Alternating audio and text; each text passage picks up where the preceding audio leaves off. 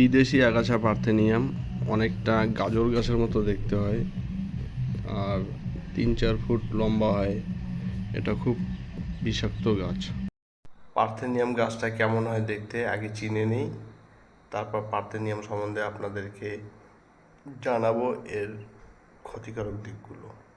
East West corridor, যেটা গুজরাটের পোরবন্দর থেকে আসামের শিলচর পর্যন্ত বিস্তৃত, আর আমার বাড়ির সামনে যেটা আন্ডার কনস্ট্রাকশন চলছিল তার মধ্যে 1 কিলোমিটার রাস্তা কমপ্লিট মোটামুটি। পার্থেনিয়াম সূর্যমুখী উপজাতির একটা বিষাক্ত আগাছা, যার জন্ম মেক্সিকোতে। এখন প্রশ্ন হলো, আমাদের দেশে এই মেক্সিকো থেকে কেমন করে আসলো? আমাদের দেশ যখন খাদ্য উৎপাদনে স্বয়ংসম্পূর্ণ হয়নি, তখন বিদেশ থেকে খাদ্যশস্য আমদানি করা হতো। গম আমদানি করা হতো মেক্সিকো, আমেরিকার থেকে। ওই গমের বীজের সাথে চলে আসে। 1942 সালে বাংলাতে ধানের ফলনের প্রায় 50 থেকে 90% পর্যন্ত ক্ষতি হয় এবং দুর্ভিক্ষের শিকার হয়েছিল আমাদের পূর্বপুরুষেরা। আর এই আগাছার কারণে কোনো কৃষি জমিতে ফসলের ক্ষতি হয় 33%। পশ্চিমবঙ্গে এই পার্থেনিয়াম গাছের দেখা মেলে ডানকুনি রেল ইয়ার্ডে। উত্তর আমেরিকার ঝোপঝাড় প্রজাতির অনেকটা গাজর গাছের মতো দেখতে হয়। এরা ভয়ঙ্করভাবে বংশবিস্তার করতে পারে। একটা সুস্থ সবল পার্থেনিয়াম গাছ 5 থেকে 25,000 পর্যন্ত সিডস তৈরি করে এবং এই বীজগুলো বাতাসের সাহায্যে উড়ে। এর পরাগরেণুগুলো মানুষের সংস্পর্শে কিভাবে আসে? শ্বাস প্রশ্বাসের মাধ্যমে।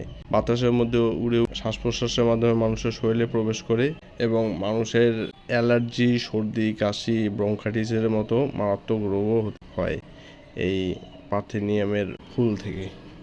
এর সংস্পর্শে যদি গবাদি পশুও আসে, তো গবাদি পশুরও বদহজম থেকে শুরু করে নানান ধরনের রোগ হয় এবং বেশি পরিমাণে যদি খেয়ে ফেলে গবাদি পশু ভুলবশত, তো মারাও যেতে পারে। ফসলের জমিতে মানে কৃষি জমিতে পার্থেনিয়াম গাছ ভয়ঙ্কর ক্ষতির সৃষ্টি করে।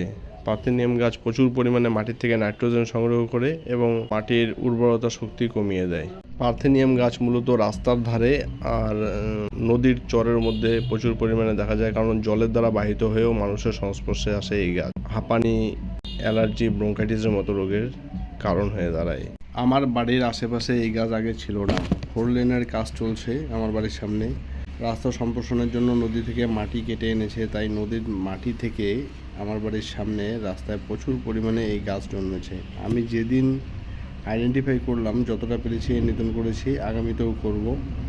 আর ভিডিও করছি সাময়িক সমাজসেবা করে এমনটা না, আমি কোনো জনপ্রতিনিধি না।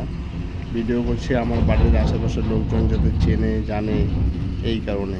সাথে আমার মতো করে সবাই সবার এলাকায় যদি এই ভিডিও দেখে প্রতিকার বা নিধনায় সামিল হয়। আবারও বলছি, এই গাছ খুব বিষাক্ত, সাইলেন্ট কিলার। কোনো বাচ্চা যদি এর সংস্পর্শে আসে, সেই বাচ্চা সারা জীবনের জন্য অ্যালার্জি, সর্দি, কাশি, হাঁপানি ইত্যাদি রোগ শরীরে বাসা বাঁধবে নিজের অজান্তে।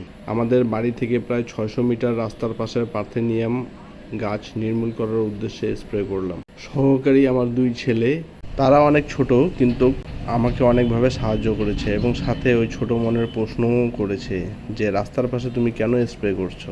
ছোট মনের এই প্রশ্নের উত্তর দিতে গিয়ে যখন গাছের কাছে নিয়ে গিয়ে তাদেরকে চেনালাম এবং বললাম, তখন ওরা একে অপরকে বলল এটা সোশ্যাল ওয়ার্ক। ছোট বাচ্চারা এখন খুব স্মার্ট হয়, তাই না? যেহেতু ফার্টিলাইজারের ব্যবসা করি এবং কোচবিহার কেবিকের থেকে একটা কোর্স করেছি, তাই কোন গাছ কিভাবে বাঁচাতে হয়, কোন আগাছা কিভাবে মারতে হয়, গাছের রোগ পোকা ইত্যাদি সম্পর্কে একটু জানি। তাই আমি রাসায়নিকভাবে গ্লাইফোসেট দিয়ে এর প্রতিকারের ব্যবস্থা নিয়েছি। যেহেতু গ্লাইফোসেটে অর্থের খরচ হবে, আপনারা চাইলে 200 গ্রাম লবণ 1 লিটার জলে গুলে গাছের উপর স্প্রে করে দিতে পারেন, অথবা শিকড় সহ তুলে ফেলে দিতে পারেন। আমি গত 19/4/2025 তারিখে স্প্রে করেছি। আজ 24/4/2025। গাছগুলো দেখুন কেমন নিস্তেজ হয়ে গেছে, মানে এগুলো গোড়া থেকে মরে যাবে। যতটা পারেন, যেভাবে পারেন একে নির্মূল করার চেষ্টা করবেন সবাই। ধন্যবাদ।